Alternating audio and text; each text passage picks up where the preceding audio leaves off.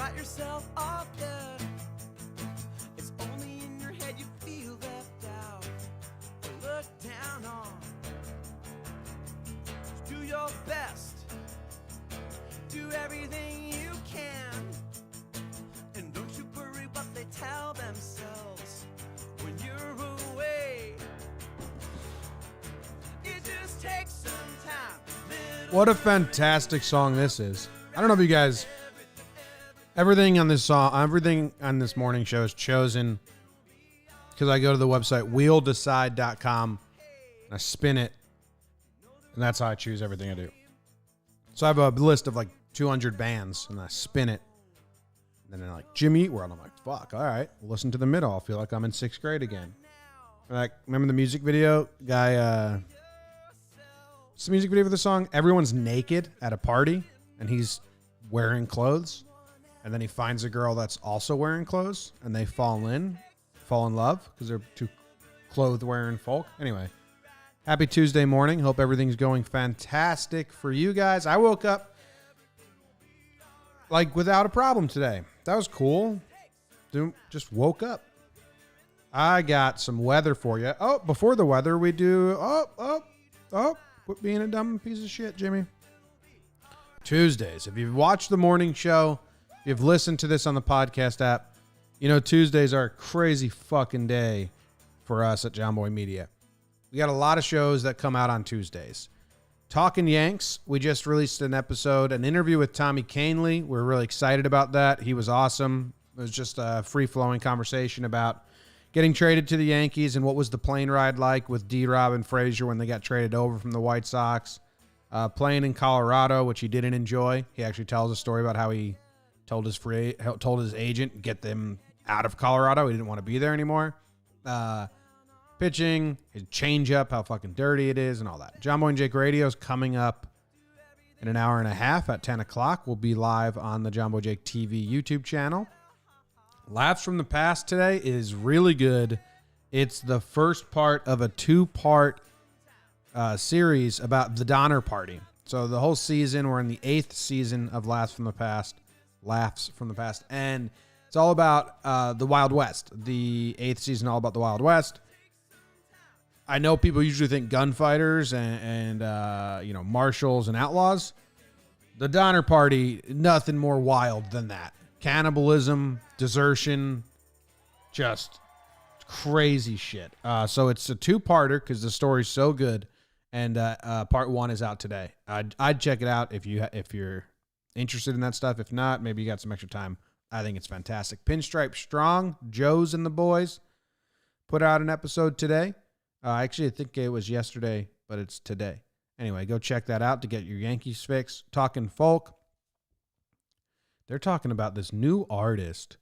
His name is Logan Ledger, and his story's crazy because he's working with premier producers and other artists. Like, his backing band is nothing but studs, and it's crazy. Their description is bringing back the sounds of 50s country, California surf rock, and sprinkling in a touch of crooner. There's a lot going on. But I do like songs by him. Trev's got a new sequence coming out today with Moustakis, and then on Thursday we have a really big. I mean, not to say Moustakis isn't a big guest. That's awesome that we have Moustakis on the channel. Thursday's guest is big guest, and it's Christian Yelich. And watching baseball. This was a fun exercise in me trying to remember what year we're up to every single morning. I don't know. Oh, 2016 Cubs Indians. So we watched Rajai Davis's home run, that whole sequence, and then the Cubs winning run in 10th inning, 11th inning, I don't know what it was. So that's everything we're putting out today. And this is on the podcast app now. I think seen some people go over there and listen to it there. So thank you. And that's everything coming out today. It is a lot. All right. The weather in Washington, Wisconsin is 36 degrees and funny. And funny. Wow. Fucking, that is not the word. It might be funny over there. I'm having a lot of trouble speaking lately. 36 degrees and funny. Probably like a bad weatherman joke. I did not mean to say that. Washington is an island. Yo, I mean, I don't know if you guys care at all. I like geography. People don't care about geography, especially in America. They don't even know like where fucking states are in the own country. But that's why I like doing the weather. I just do random state generator, state, then I just click in until I see a town, and then I go on the map.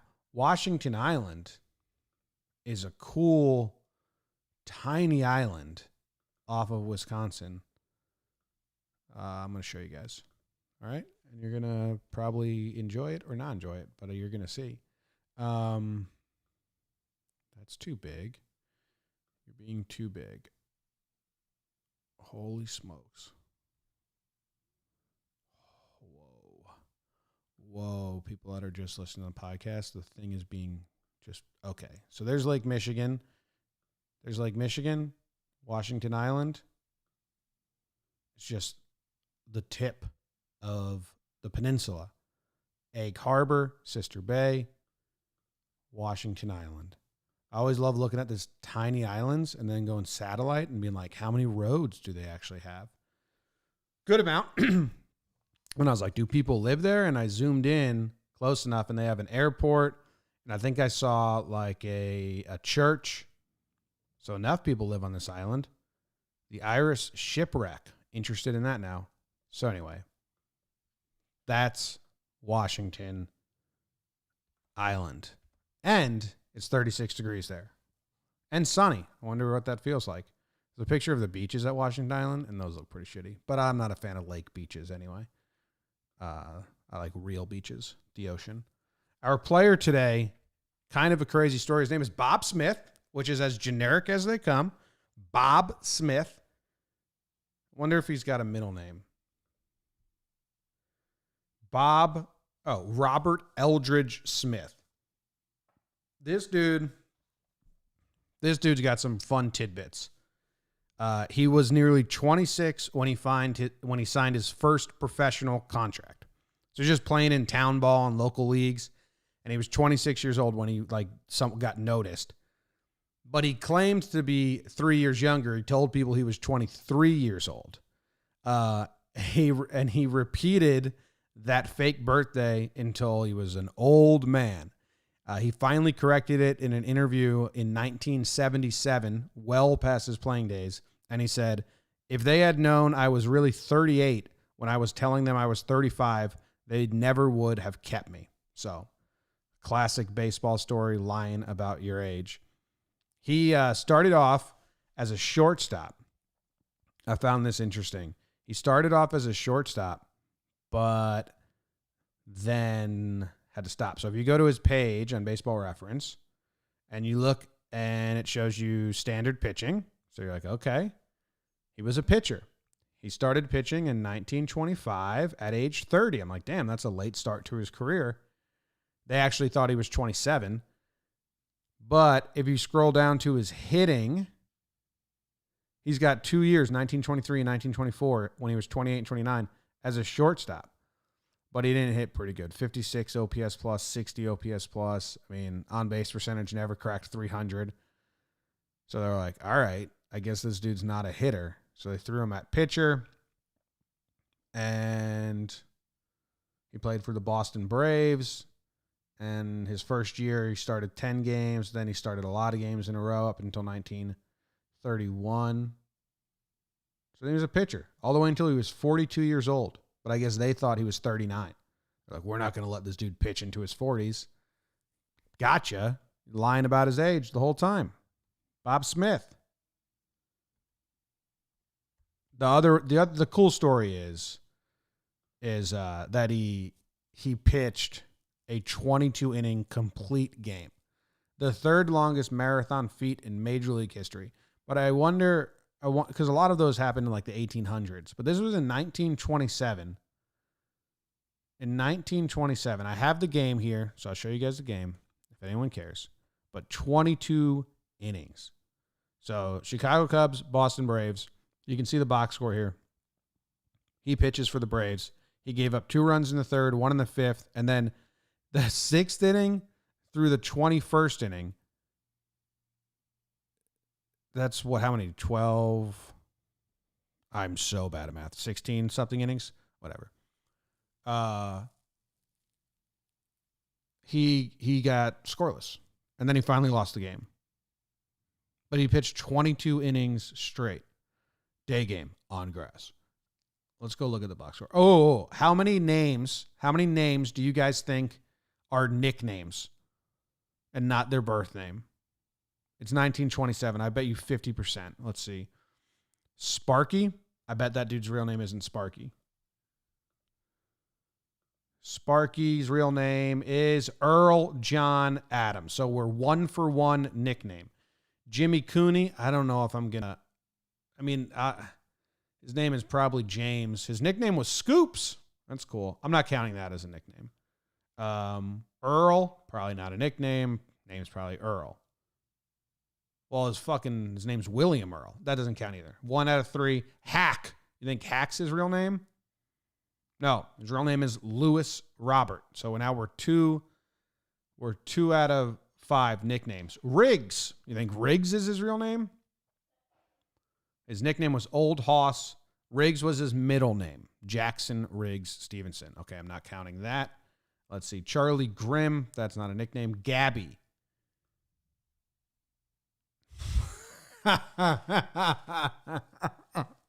This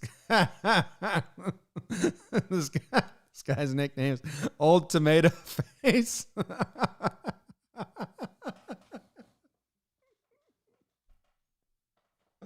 Oh, that's a tough nickname. I've clicked this link before. Why? That's a tough nickname, man. Old Tomato Face. Anyway, Gabby's not his real name either. His name is Charles Leo. So even Gabby's a nickname. So what we got? Gabby, Hack, and Sparky. 3 out of 7. Clyde Beck. His nickname was Jersey. His name is Clyde. Okay. We're doing Sheriff. Sheriff Blake. That's a nickname. His real name was John. So I don't know. How many nicknames do we have here? Jim, Bob, and Pete. So on this team, Sheriff, Gabby, Hack, and Sparky. 4 out of 9. And then the pitchers. All right. On this team, Lance, Dave, Jack, Andy, Dick, Eddie, Shanty. Shanty's probably the only one. All right. Good job. Shanty's name was James Francis. So, all right. Well, what was I looking at? Oh, this is his 22 inning game. Old Tomato Face. So fucking, it's a bad nickname, man. It's not fun. Bob Smith. All right. So he walked the first batter of the game. Good start. He walked Sparky and then bunt, ground out, fly ball, strikeout. And then 4 batters the next inning. Look at this. In the 3rd inning, he faced 1, 2, 3, 4, 5, 6, 7, 8. He walked 3 guys in the 3rd inning. That's not usually a recipe for a 22 inning complete game. But he did it. 4 Did he ever have a 1, 2, 3 inning? So far, we're in the 5th, and he hasn't had a 1, 2, 3 inning. Okay. 6. Nope. 4 batters in the 6th. 4 batters in the 7th. Okay. The 8th inning, he finally gets a 1, 2, 3 inning. How about that? And then in the 9th, okay. In the 10th, he got a 1, 2, 3 inning on a double play. So he still let a guy on base. In the 11th, a regular 1, 2, 3 inning. In the 12th, 4 batters. In the 13th, 4 batters. In the 14th, 5 batters. There's an error, though. That sucks.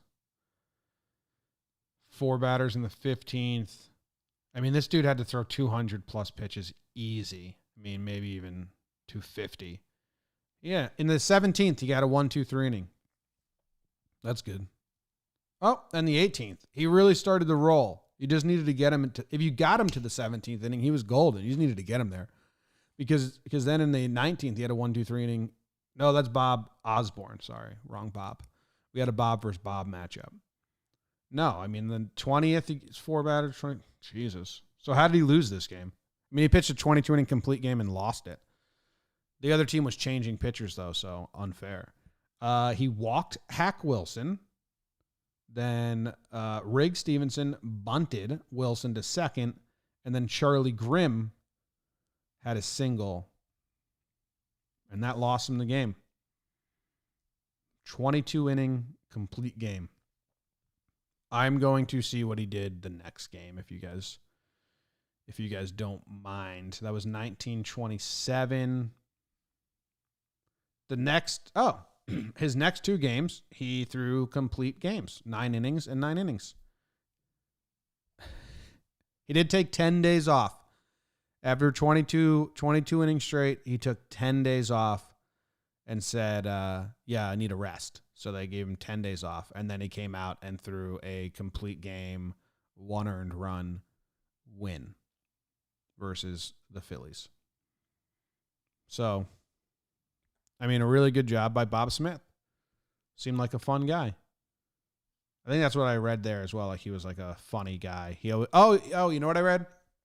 That Bob Smith had a great impression of a drunk that would like wobble and fall over. And one time he did it and his manager saw, and his manager was like, that's not good. You can't be drunk. And they were like, nah, he's just messing with you. Just does a really good impression of a drunk. That's all. So that's Bob Smith. I was excited about that guy. 22-inning complete game. Bam. Good job by him. Book today. This I don't know if you guys have seen this movie. Jennifer Lawrence is in it. She went on to be super famous. I fell in love with her from this movie when she's like not looking she's not dolled up at all. But Winter's Bone. I don't know if anyone knows who Daniel Woodrow is. I don't know if anyone cares, but he is like country noir. Like if you know who Dennis Lehane is, he's like the Ozark version of him. And he made me fall in love with the characters around the Ozark. He has tons of books. Actually, I think I've read all of them besides the latest, which I just saw. He put out a book in 2013, which I didn't read.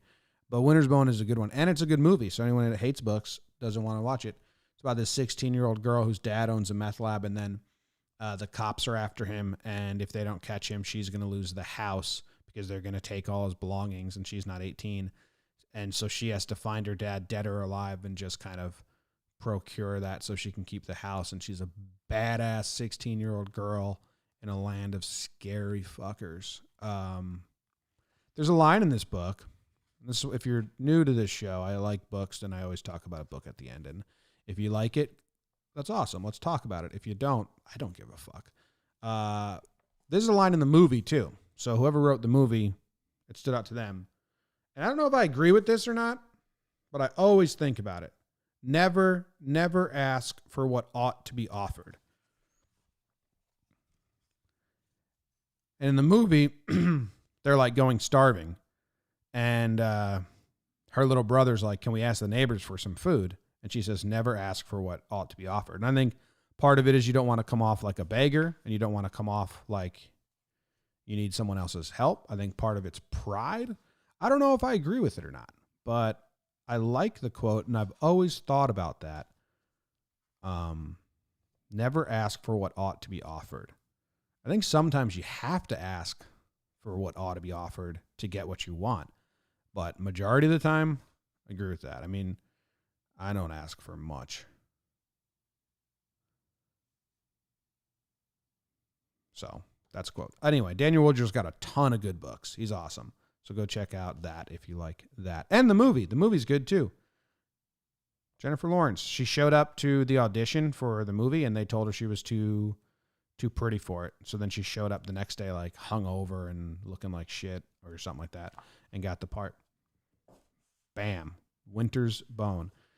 Do you guys have a preference if it's a lot of book readers have a preference. They don't like buying books that has the movie the actors on the cover of the book. A lot of book readers are like, I don't want that. I want the original cover, just not the movie cover. Because they like to be like, the book's better than the movie. Hard to say that when you only bought it after the movie came out. You know, you can't be all smug about it. Some people have really thick opinions on that. I guess I don't care. I don't care. Some people care about that shit. Anyway, I saw there's some people in the YouTube chat.